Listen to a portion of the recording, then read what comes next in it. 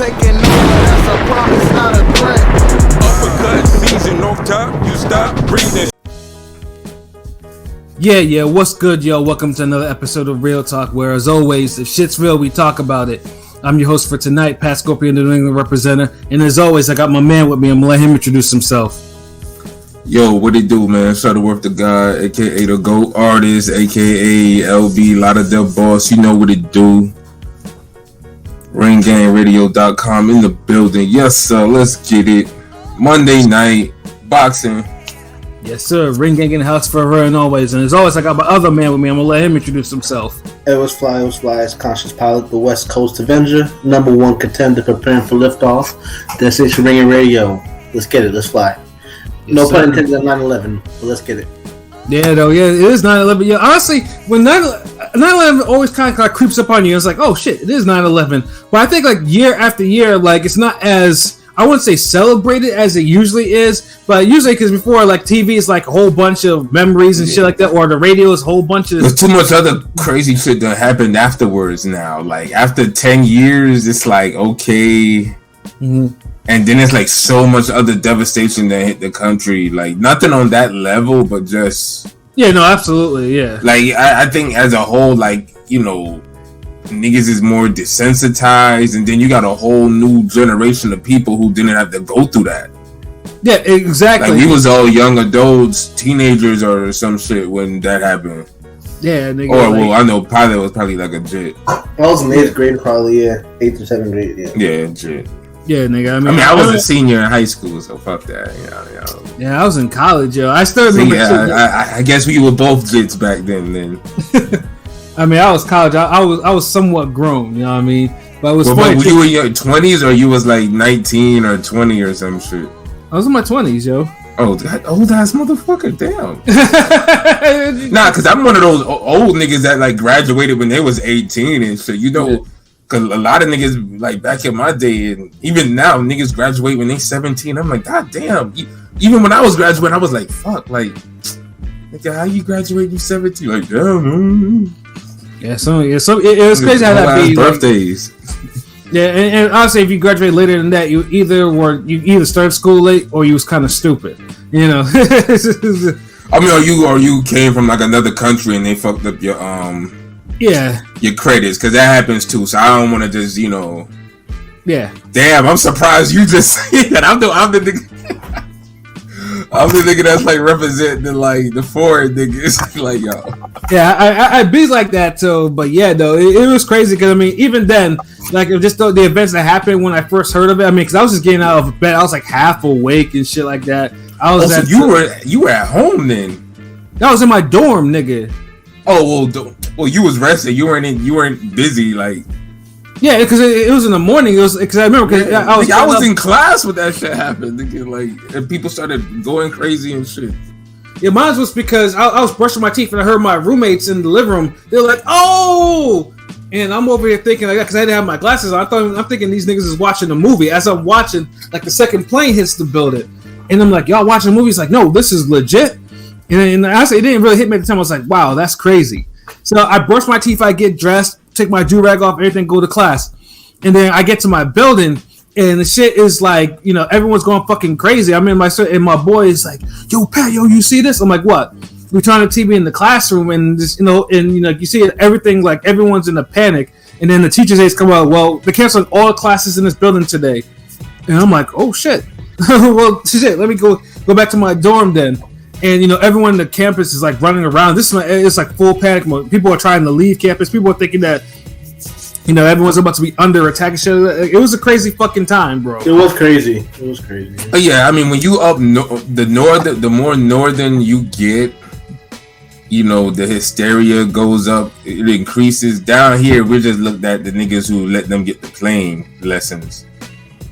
Yeah, so, because remember, because there was a third plane that went. That gotta blame Florida for something. So, it was crazy because I know they were talking about. Because I know the third plane that was about to hit like the Pentagon or some shit like that. Like people were full panic mode, and like classes were like canceled for like the week. Like, and of course the blueprint came out, and then the fucking Hopkins Trinidad fight had to be pushed back. All that shit, nigga. Like the shit was like.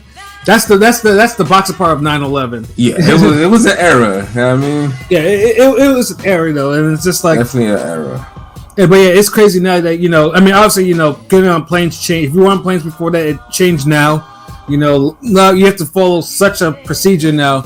Because if you don't, you end up getting shit thrown away. I've had my hair shit. Because I remember I've had Vaseline. I had my hair, the shit that I used to put waves in my hair, thrown out because it was just a little bit over what they want in the fucking. It's like, look, nigga, you ain't that. You ain't got that much swag though. Like, yo. Nigga, what the fuck, nigga? You never had no damn. Get out of here, nigga. Who you Mason Betha, nigga? Who you is, nigga? Hey, nigga, like I said, man, that wave life, nigga, that was me, nigga. The do rags, everything like that, nigga. Like I was trying to be pretty for a hot minute, bro. See, that's the thing, man. When you light skinned like me, man, it ain't no trying to be pretty. You just pretty, man. Yeah, because that's why you gotta have the hands, though. You know what I mean, yeah, because you niggas burn in the sun. That's your problem. That's what you do. Nigga, I'm a straight nigga. I'm Blade right now as a vampire. Nigga, you see the training videos I be posting. I mean, well, the last one I was night. Okay, I give you on that. Yeah, yeah. Like, nigga, you ruining your point here, nigga. I mean, I ain't gonna lie. The last couple times have been at night, but yeah. Before that though, you see, I be out in the sun. I know it'd be a shade and shit, but yeah, like. Yeah, I mean that's just championship. I'm the stronger day walker, nigga. But it was definitely an area, and it's just crazy to me now. Like there are kids that are just like that shit is. It's like history to them. Like they read about it in history books and shit like that. Because see, that's not their trauma. Our trauma is like the school shooting, but that's kind of all of ours though. Like, right? Because it been happening since all of us was in school. So it's like I know Columbine was big, but like like that shit was huge. Yeah, so now it's like the 9/11 trauma, just like a whole new generation.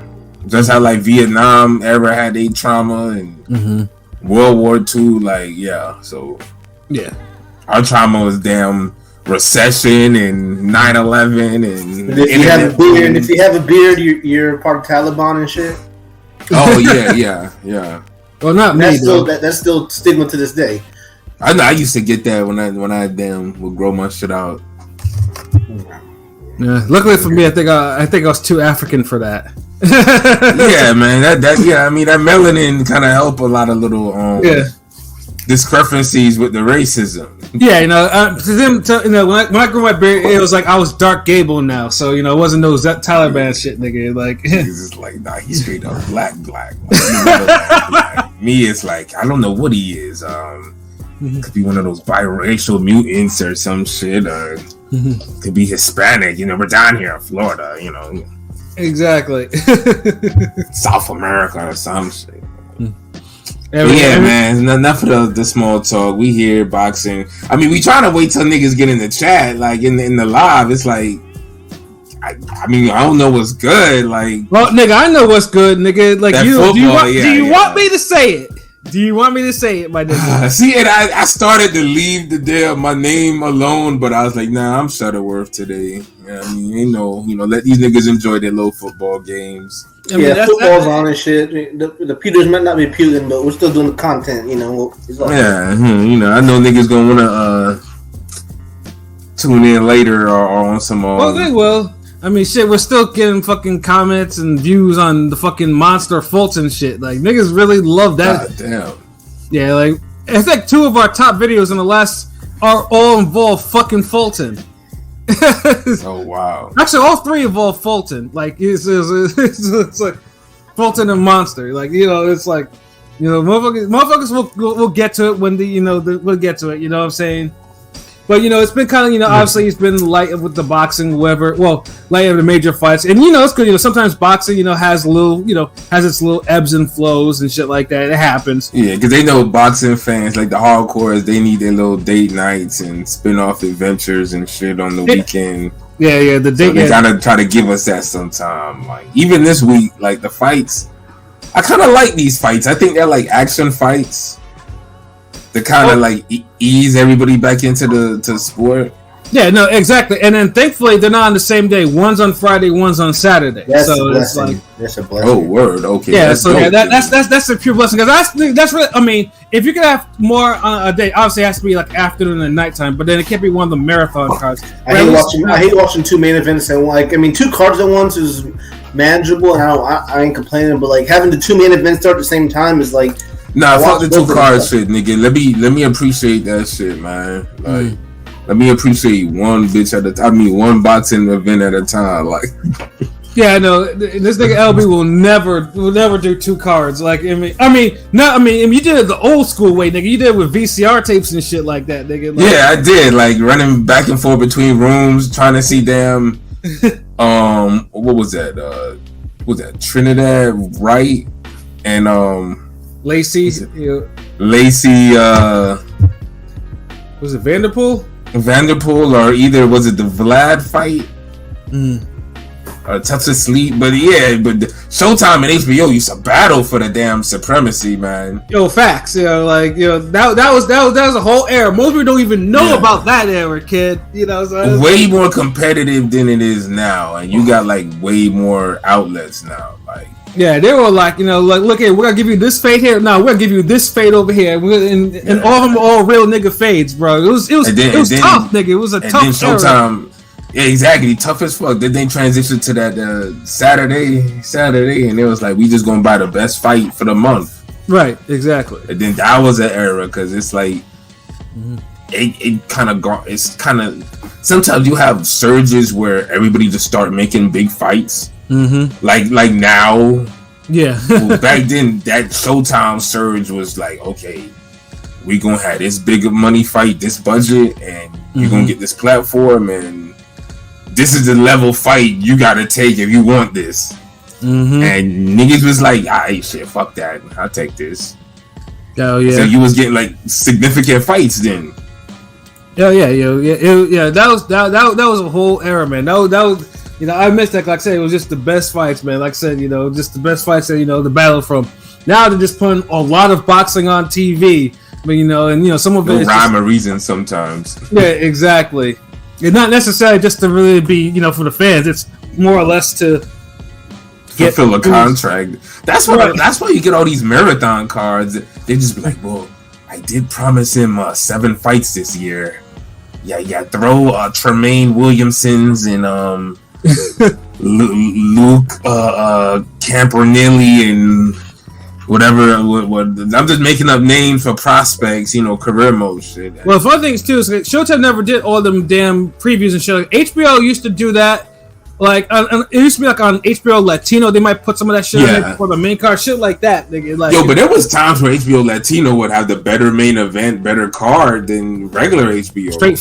Straight facts. There was a few joints. I'm like, yo, hold on, why HBO Latino getting this? Like, these niggas, I don't know what is this. Is this racism or like prejudice or like incompetence? Like, because there wasn't really streaming shit except for maybe there was ESPN 3 at the time. Where if you really wanted to see the top rank shit, you know, it was there, nigga. Yeah. Like, you know. You had to wait till nigga upload it or catch it, you know what I mean? Like, hell yeah, nigga. Niggas don't know, you have to be dedicated. It's just like rap music. That's why everybody has a higher, like, appreciation for it once you get a certain age or if you was groomed properly. Right. Whereas if this microwave era where you just only gotta make a couple songs for singles and post some bullshit together for an album or you know, just get one decent fight on a boxing card and throw a bunch of bullshit together and I mean, and say, hey, I got a card here. It's like quality down. Yeah, no, absolutely, man. You know, so like I say, it's, you know, but this is a great year. I don't want to make just real quick, Pat. I don't want to make it seem like we just shitting on boxing in general. We go down memory lane, son. The memory lane shit, you know. Yeah, you know, this just in case somebody catch it right now, like, hold on, what the fuck? No, Ring Gang, we fuck with this shit for boxing. Like, no, there's no question of it. Like, no. Yeah, like, just make it sure. If we said that this year's whack, then you shouldn't even be listening to us. Know what I mean? Like, you know, so it's like. You know, we're like we be giving talking head commentary. We don't do that. Like, you know what I'm saying? So, but reminiscent of the time. That's all. Yeah, no, it was but like at least this weekend, coming up, we got of course someone who I enjoy watching, as in I enjoy getting his ass whooped. We got Luis Alberto Lopez, the current featherweight champion of the world, IBF featherweight champion, who's streaking like a motherfucker like that. Dude is leveling up something serious. Like, dude's trying to make his case that he's the best fucking featherweight in the world today. He's coming off just a little bit earlier this year, bodying Michael Conlan in only 5 fucking rounds. Like, I'm talking about uppercut season and everything. Like, dude has been bodying people left and right. He's been giving people the business. Before that, he had this little issue with Josh Warrington. We all saw, Josh Warrington again, was out there fighting dirty, dude was getting hands put on him, so he had to fight rough and dirty and shit like that. And, honestly, he might have been lucky to actually escape there with that title in the win. Because, it was a close fight. Like, yeah, very much so. I think it was just one of those where, like, I think niggas had it up. Niggas was kind of done with Josh Warrington. Yeah, absolutely. Normally he could win that decision, and if he would have won it, it wouldn't have been a robbery either. Yeah, exactly. Like, it was close enough. It could have went either way. Like, I think I had Warrington edging that out, actually, because I felt like he took the second half, but the fight changed. Right, and there were some swing rounds in that you could actually either or. Yeah. So it was everything about it was close, and you couldn't really disagree with that. So. Yeah. But Lopez has been dude has been on a hot streak right now as champion, and he's facing someone who's had like, I think it was this is his 3rd or 4th world title shot, something around there. No, I think it's his 3rd. Yeah, it's his 3rd. Joet Gonzalez. And he get hard title shots, bro. Seriously, I don't know. He overcard with the title shots. I don't know if he's getting his title shots because niggas, Top Rank is like tired of his shit, or he's a good, or he's. Or they think he could win, or look, he's going to give you, for the most part, he's going to give you a good effort. He makes for some decent, entertaining fights. Yeah, he's pretty balanced in the skill department. Yeah, very much. Doesn't really blow you away with one thing though. Maybe he has a good like a right hand, like he's not. Well, he blows us away with his racism. Yes. The racism does blow you away. Yeah, if you ever heard me in previous podcast episodes, you've heard me go since his fight with Shakur Stevenson. There was a whole Shakur was dating his sister at the time, and all the little vignettes and whatever they were doing on dude. And Duke could just barely conceal his racism. It was a lot of dog whistles and shit like that. Bro was furious. And, it's like it wasn't on some like, niggas don't need to be fucking with my little sister type shit. It was like on some like, nah, this how dare you inferior being, like, you people. Yeah, he spoke with me before. He's not that good, It was just like he needs to dress, but like, bro is just really just seething. Yeah, like, and him and his father, they disgrace themselves, and then of course, Shakur blanks him, pretty much like outschools him for 12 fucking rounds. More of that sweet science and y'all niggas love so much. The sweet science. Isn't that the fight that actually birthed that term, or was that something else, different fight? I think it was a fight after that. I thought that was the Shakur and the police officer. The African. Oh yeah, the Nakatia fight. The African dude. Yeah, the African dude. Yeah, Nakatia. Yeah, because it was some sweet science going on in that Joet Gonzalez fight. And, it made Joet Gonzalez look like a fool.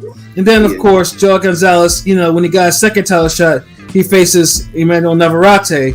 And that was a hard fight. Hard. That was a hard fight. The Shakur fight was hard, but hard in a different way. Yeah. I think his eye got physically hard. I think his eye got fucked in that fight, if I'm not mistaken. Pretty bad. His eye got fucked up. Because this is why I birthed the term, like, there was a tough racist. Like, bro needed the racism beaten out of him. Like, I mean, everything that Navarrete was doing was good for him. That tells him that God loves him because he had so much hate in his heart. He just needed a good beating, and Navarrete the one to do it because it's like, if you keep coming at him, it's like he gonna keep throwing hands. He's a tough racist. I mean, Joet's a tough piece of shit. Yeah, he is. Because he's probably the only fighter that we give a lot back at Cup because that's why I say he's a tough piece of shit. He's a tough racist. All this shit. Because he is. He's all that though. Because he never went down once from that beating. And I ain't gonna lie.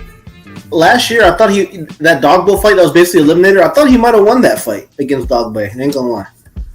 It was close, dude. It was one of those close, could go either way fights. It was a 7-5 either way, yeah. And you know what? I feel like that's maybe one of those fights where, like, if we had to bet on the guy who has a better future or whatever, like, maybe they was tired of Joet. Maybe to save shit like Josh Warrington, where niggas is like, one kind of has a better story going right now. We give it to him. Yeah. Right. Lopez was already had the better momentum, where Warrington was like, "Yo, man, we ain't trying to, deal with this headbutting ass nigga no more like this." Oh yeah. They needed to get that motherfucker, man, because Warrington is. I mean, we'll be previewing his next fight in a couple of weeks. I know that's probably Matchroom. In LB's case, LB is his biggest fight on Matchroom, or the biggest fight on Matchroom right now in this fourth quarter thing that they have. But because Warrington has been crazy. has been headbutting crazy. He's been fouling shit and all type of shit. So, but for a Friday night though, Lopez versus Joet Gonzalez, is a good fight. I mean, where's the rhyme and reason? I mean, like I said, Lopez is streaking now. I mean, Joet Gonzalez, what he has going from is he's never been knocked out. Like, what was Joet Gonzalez last fight? Did he fight again after Navarrete, right? Or what happened? He did. He fought. He fought Dogby, but who else? Like, he fought on the undercard of Ramon. He beat a jobber. He beat a jobber. This guy named Vivas. You never heard of him, Vivas?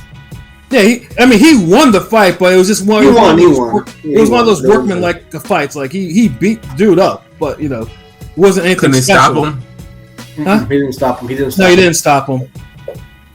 He just beat him up over the distance. It was that type of fight. So he's he's not coming off a direct loss where it'd be like, what the fuck, So. Oh, okay, all right. But I mean, it's not a bad fight. This is when I heard it announced, I was like, okay, this is a little action fight. Like, no, it's gonna be action. They're gonna be throwing some hands. Like Lopez knows that's all he knows how to do. Lopez ain't the most defensive fighter in the fucking world. Like, Yeah, he throws some different angles. Yeah, he's like Navarrete in a way. He always throwing them weird, wild angles, and he leaps into. But the thing is, Navarrete, like, there's skill behind it. Like, well, they both have skill, but I feel like Navarrete has more control over what he's doing and what's happening, whereas Lopez could sometimes get like streakish or sporadic with his offense and everything. But it's clear that he's a hard puncher. He's an extremely he's definitely a hard puncher. Like, yeah. So I mean, it's good. That and the angles is like the biggest like similarities in Navarrete. Yeah, when he knocked out who Conlon. McConlon, right? Yeah. He was timing that uppercut to land, so like there's definitely a method to his madness. And he was timing that shit. Yeah, I mean, poor Conlon. I mean, Conlon was already taking the ass whooping. That uppercut that dropped him was highlight reel. Like, yeah, because it's like nothing he did like phase Lopez. Like, yeah, and that shit was crazy too. Because I was like, God damn, like, it's like Lopez. First he was just walking him down, and then because Conlon has a little pop, but that little pop was not helping him out. So, and Lopez just. But then the thing is too. Conlon was there. He kept being there for the return fire. Yeah. Like, he has enough pop if he's boxing, but he doesn't have pop for, like, extended exchanges and trading. Yeah, motherfucker thought, he was, look, it was going to be like another Leewood situation. Like, he'd find his chin with one shot. And you learned otherwise that was not the case. So he learned otherwise in that same fight. Because he don't have the chin or the type of power to be trading with people nonstop like he wants to do sometimes, or how he lingers in the pocket. Like he don't, like, he always takes the more damage. So, but he doesn't know how to box in a way to avoid hits and still command the ring. So, and he doesn't know how to conserve his stamina either, because even before he got knocked off by Lopez, dude was gassing already. You know. Yeah, Lopez good at pressure though. Like, I feel like in this fight, Lopez might even stop Gonzalez. See, the thing is, though, Gonzalez, I mean, for his, you know, his shortcomings in racism, he has shown he could fight hard for 12 rounds. He doesn't like really wear down like that. Like he doesn't, but like it's different now. Like, beat, you know, I mean, he did beat Tank. This gonna be like the hardest puncher, like best fighter he's fought in a minute. In a while. I mean, he did beat Tank. I mean, you know, Joet did beat Tank twice in the amateurs. I know it's the amateurs. I'm just saying. Fun fact. So he got skills, you know what I mean? Yeah, no, Joet has skills. Yeah, he does. Like we said he's balanced in the skill department. Like, he has a good right hand, left hook. Like, he's not the fastest, he's not the strong, like, but he's physically strong for the weight. All of that, like, durable, tough. Like, he got attributes. But I'm just looking at trajectory, you know, the whole total sum of things. Like, he's gonna be slower than Lopez. I don't think he hits as hard as Lopez. Yeah.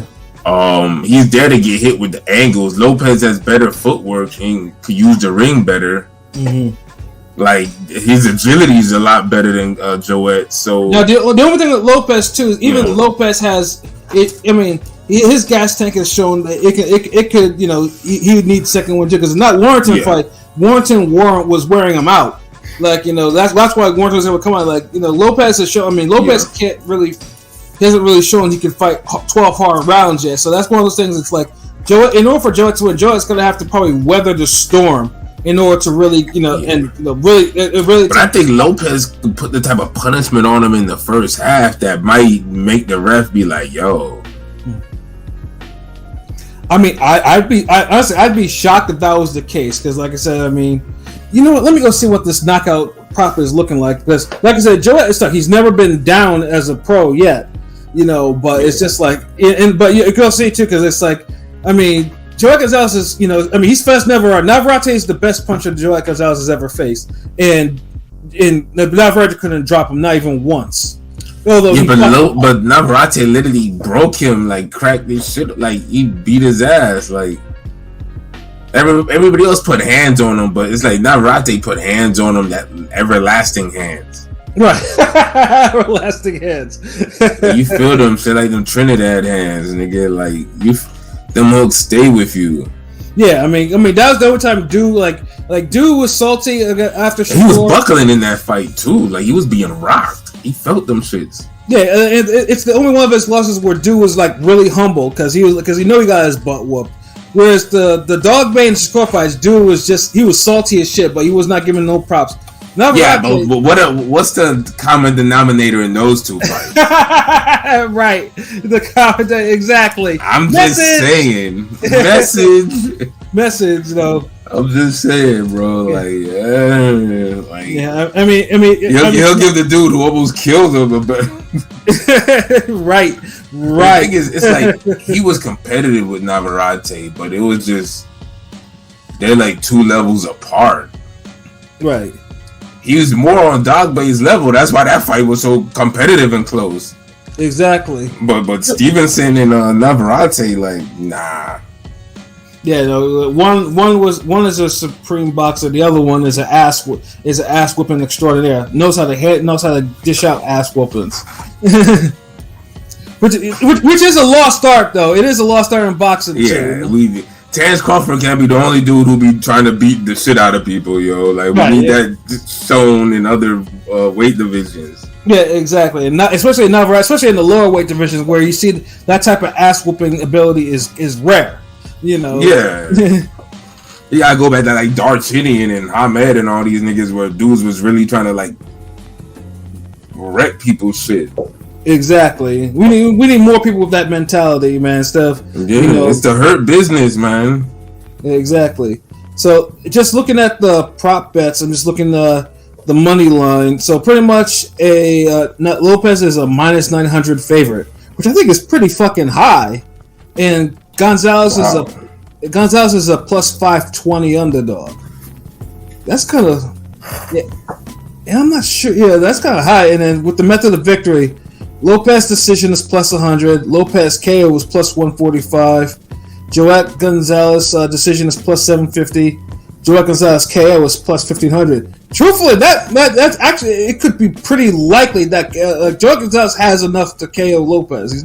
Lopez is not. If he could run him fast, like carry him fast throughout the fight, and turn it up late, there's a possibility. Because it's like, I feel like Lopez would get a stoppage within the first 7. Gonzalez would get a stoppage in the second half. But it's just fucking wild. Like, I mean, granted, they're all pluses because neither of them have ever been KO'd before, or maybe not even knocked down. But goddamn, Joe Gonzalez winning by KO is plus 1500. That's fucking insane. I don't think Lopez has that type of chin. So it's like, that's fucking crazy to me. So,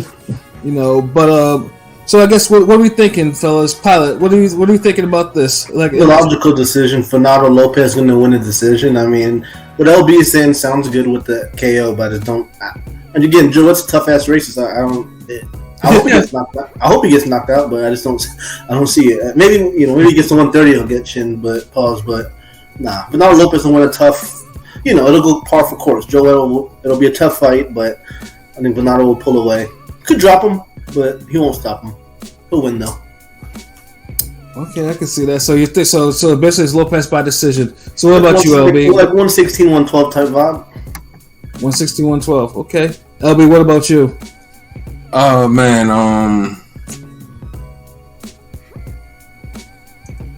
Lopez.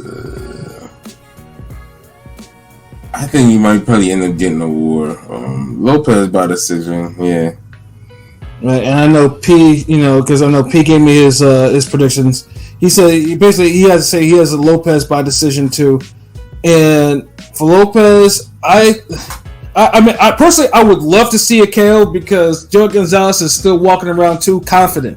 So I need I would love it, but yeah, I do think Lopez will probably punish him over the distance. And then I'm just looking at comments to Miss Bitch, with the LB slander. I swear, Shuttleworth looked whiter each day. And then Henny God salute. We missing a few tonight. Yeah, P had to do a double duty for work. So and Rome is doing Rome things. I'm assuming. Rome is as Rome does. Yeah, Rome is as Rome does. Rome is as Rome does. And then Miss Bitch says, I got Lopez by decision too. And Miss Bitch Shuttleworth knows his boxing 100. Yeah, I swear, LB gets all the fucking groupies, man. Nah, nigga. Yeah, shouts out Henny. You know what the vibe is. It's NFL, close game going on. It's all good. Yeah, Salute. Where Deontay Jones at? He's still celebrating? Yeah, I'm not gonna hear. Yeah, I know he's got to talk. Well, he can't really talk shit, but I know he's got to talk shit. Like, we see what we did. Y'all just gonna be hype, jawing at each other. That's all. Yeah, I mean, obviously when we do the football podcast, I hope he's on because it'll be the appropriate episode, for me to tell him that the Cowboys ain't shit and the Eagles is still number 1 in this motherfucker, man. So. It should be definitely a good ass fight. I mean, I'm out. Like I said, it's a Friday night too. Like and I don't know. Yeah, Top Rank be like alternating between Friday and Saturday nights though. But I guess they wanted to make sure. I don't mind sometimes because sometimes that Saturday, that non-boxing Saturday is kind of dope, especially if you already got a good Friday night fight. Exactly. And then obviously in the co-main, really, you got Xander Zayas, who's fighting Roberto Valenzuela Jr., and then you have, the regular undercard. You have Fernando Vargas' kid Emiliano. You have Jermaine Ortiz fighting the Antonio Moran. That's actually interesting because Antonio Moran is known for being the highlight reel of a devastating KO from Devin Haney. That was brutal. Yeah, it was, and then Robson Canseco, Ruben Villas on this card, and so is Tiger Johnson. So it's, the usual suspects are all the top rank likes to do. Top rank, stays with the exposure. So, if you're not doing anything Friday night, you have that to watch. And like I said, it's gonna be and I'm pretty sure the main event, like I said, will be a bar burner. Like, honestly, it does have fight of the year potential. Depending, it really depends though. Obviously, if Joet Gonzalez is really past it or not. He didn't look past it, but it could be about time. He's taking big ass whoopings. Because then Lopez seemed like he's one of those guys where he wins a belt, he wins a title, championship, he steps his game up, he improves. Because what he did with the Conlon was like systematic. Yeah. And if he, applies that same approach to Gonzalez, and just mixing in those hard shots and everything's done with a purpose, right? He might do some crazy shit and knock dude out. So, yeah, it's crazy because this dude has a clear loss to Ruben Villas, so it's like, he can be outboxed. So Ruben Villas is not a hard puncher at all. Like, dude has a very clear loss to that dude. So it's like. So there is a window for Joet Gonzalez to actually outbox him, but we'll see. But we'll see how it goes. We will absolutely see how it goes. And